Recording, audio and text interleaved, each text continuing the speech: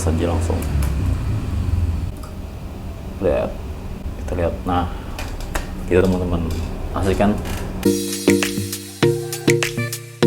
Selamat datang di RO. Jadi di video ini gua mau bikin mock API server. Jadi apa sih mock API server itu? Ketika seorang front end dan back end itu bekerja sama ya, membangun sistem. Contohnya membangun website lah ya. Terus di dalam website itu ada katalog. Nah, katalog itu kan ada foto, ada harga, ada brand gitu teman-teman, ada description. Data itu kan pasti bakal dikonsum via API ya teman-teman ya.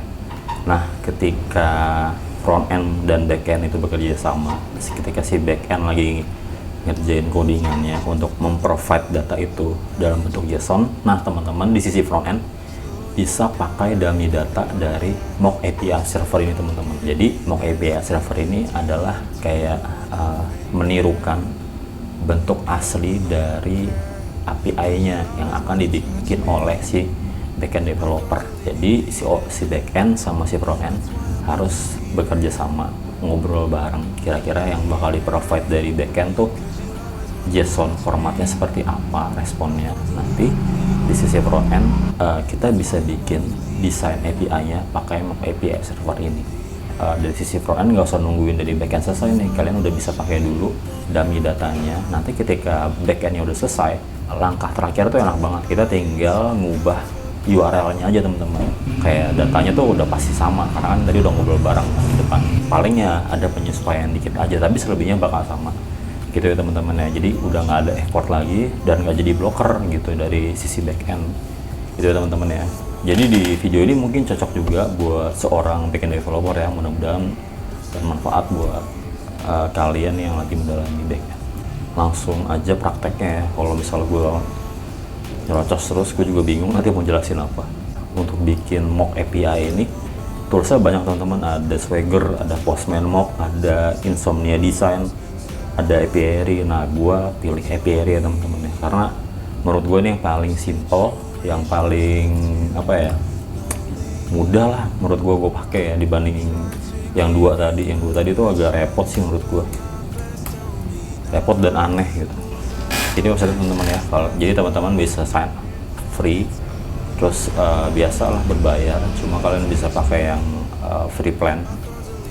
Terus ya menurut data sih udah ada 500.000 API dan udah dikonsum sama 6 juta developer gitu teman-teman ya. Dan gue udah bikin akunnya, kita coba aja langsung nih. Ini yang udah gue bikin teman-teman. Nah, jadi teman-teman di API ini kita untuk bikin endpointnya kita bisa pakai sintak yang ini, yang line nomor 8 ini. Tinggal kasih apa pagar-pagar, terus ini keterangannya apa.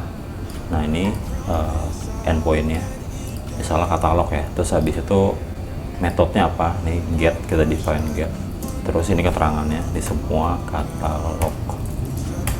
Nah, kalau misalnya nggak ada error di sini udah kelihatan teman-teman, valid dokumen, sebagai validasi. Nah, terus apa sih tipsnya buat nulis respon, format respon yang bener gitu teman-teman? Gue udah baca-baca sih, ya rata-rata begini teman-teman ya. Gue pakai referensinya ini, si JSON API. Ya menurut dia di mana? Di high level tuh ada data, ada error sama meta. Nah, cuma yang kalau misalnya versi yang ini, Omnity Labs JSON ini, dia cuma provide ini aja. Nah, mungkin gue ngikutin yang ini teman-teman ya, yang JSON ini lebih apa ya, lebih simpel kayak menurut gue. Sama aja sih sebenarnya, mirip-mirip. Oke, terus di sini ada message.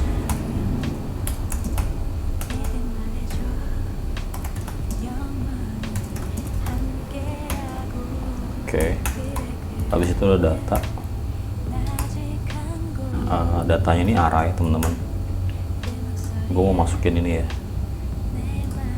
Kita pakai sampel ini aja ceritanya.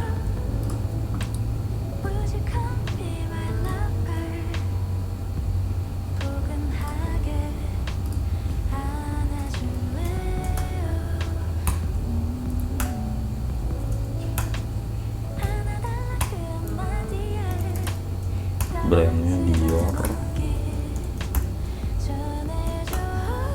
Sini ada error ya.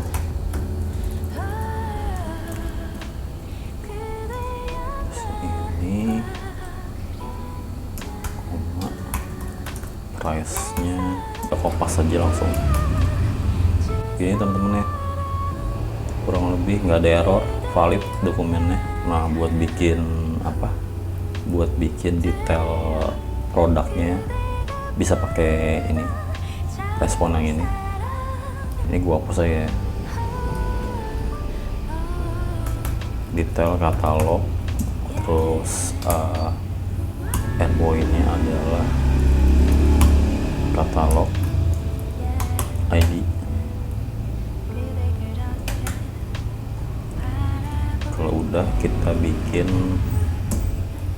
get detail katalog, metodenya get, ini keterangannya get detail katalog, habis itu plus response 200 application JSON.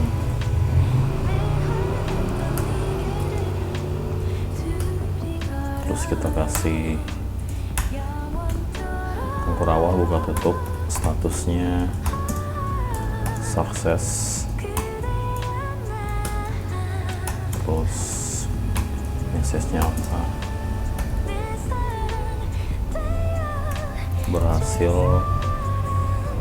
fetch, berhasil ambil data, ambil detail katalog. Oke, datanya apa?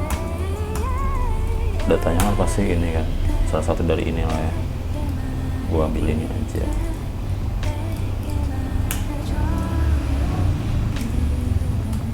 Udah, kurang lebih ini teman-teman, kita save. Nah, ini dia, udah ada ya. Detailnya udah jadi. Nih. Get all katalognya udah jadi. Nih teman-teman ya responnya. Nah, kalau mau iseng-iseng nih, kita coba aja ya teman-teman, pakai REST client, kita coba. Oke, kita request collection,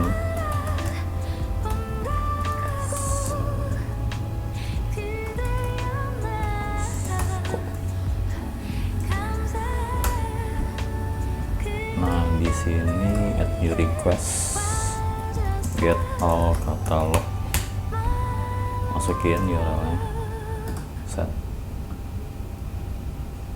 Sorry. Lihat, kita lihat. Nah, gitu teman-teman, asli kan.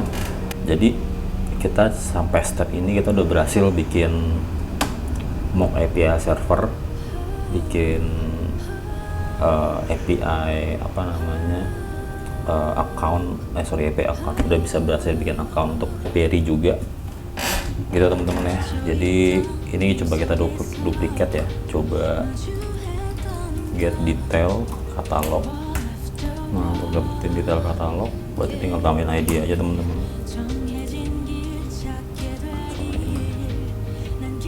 Nah, berhasil teman-teman ya, kita udah berhasil bikin apa, list sama detail itu teman-teman ya. Gampang ya bikin mock API nya. Nah, sekarang mungkin kita coba tes aja di mana nih, project yang kemarin kita buat. Ini gue tambahin aja ya sampai 8 kali ya, kayak ini desain ini. Udah gue save. Udah, kita coba lihat lagi di listnya. Nah, mantap ya teman-teman ya, udah ada 8. Sekarang kita coba di sini. Kemarin itu kan kita udah bikin komponen home katalog nih teman-teman. Nah, kita coba ya di sini ya.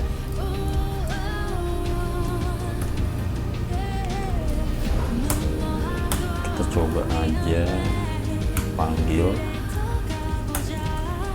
pakai fetch aja teman-teman, buat ngetes aja ya. Kita bikin function dulu, fetch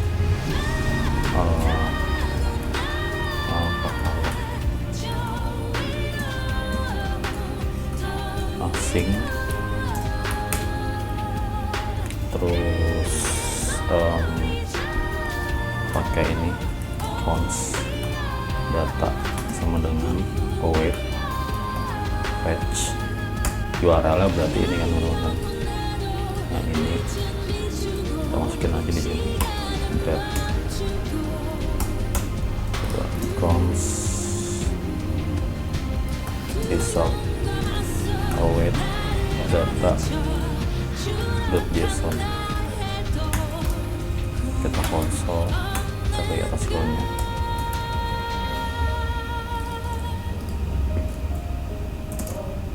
Udah teman-teman, kita udah bikin functionnya.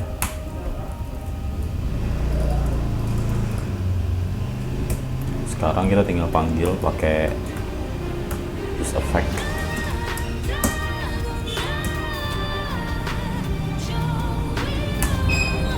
Kalau udah, kita coba run servernya. Oke, dia udah running di localhost 3000. Localhost 3000. Jangan lupa di inspect.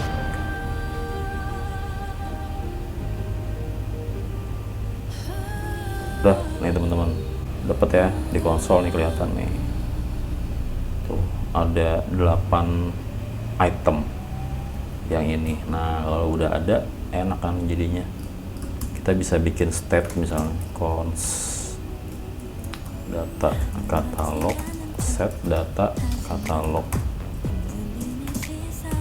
use state, default value nya array kosong, dimasukin sini. Kita kasih datanya. Kalau udah di sini, kita tinggal set aja, set data katalognya, result data. Nah kalau udah ini, tadi kan kita udah lihat nih teman-teman, objeknya ini kan brand, description sama price. Nah ini bisa kita mulai taruh di sini teman-teman. Value.brand, terus di sini berarti description,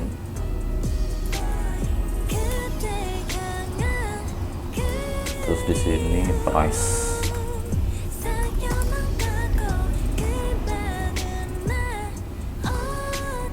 Nah ya teman-teman ya, cakep ya. Udah mengambil data yang ini kan, data yang tadi yang ini. Nah di Dior gua coba update ya. Oh itu ya, mana. Kita coba Dior-nya kita update. Kita gantiin ya si Mario. Teman-teman kita ganti jadi Mario. Udah save, udah di save. Habis itu kita cek aja di sini. Udah Mario, Badescu. Terus kita lihat di browsernya. Kita refresh ya teman-teman ya. Nah kan udah update ya teman-teman ya, jadi asik banget struktur datanya. Kita bisa mainin di API ya teman-teman. Kalau nambahin loading, gue pakai ini aja kali ya, pakai try aja. Kita kasih catch, kasih finally. Terus di sini kita kasih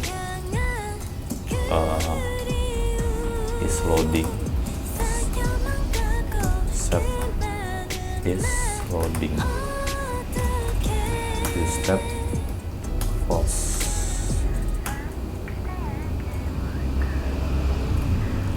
Set is loading sama dengan true.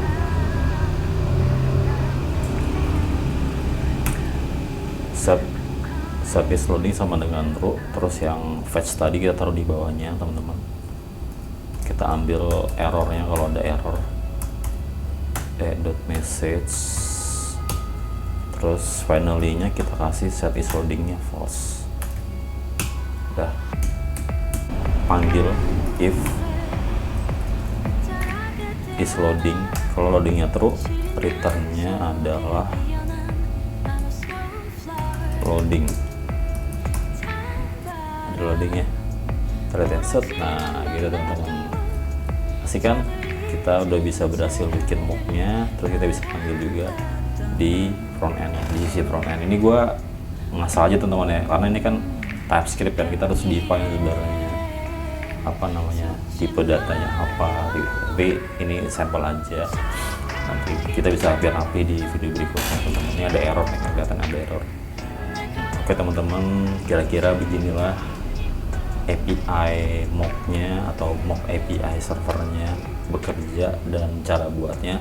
Mudah-mudahan buat teman-teman yang lagi fokus di dunia per back-endan dan yang front-end juga, video ini bisa bermanfaat buat teman-teman berkolaborasi membuat API design ya teman-teman ya. Jadi ketika nanti API-nya udah jadi dari sisi back-end, kalian tinggal ubah URL-nya aja teman-teman. Jadi kalau data udah pasti variabel objeknya gitu ya, datanya udah pasti bakal di provide, harusnya yang serupa dari desain dan hasil yang dari backend teman-teman, dari si backend developer itu sendiri.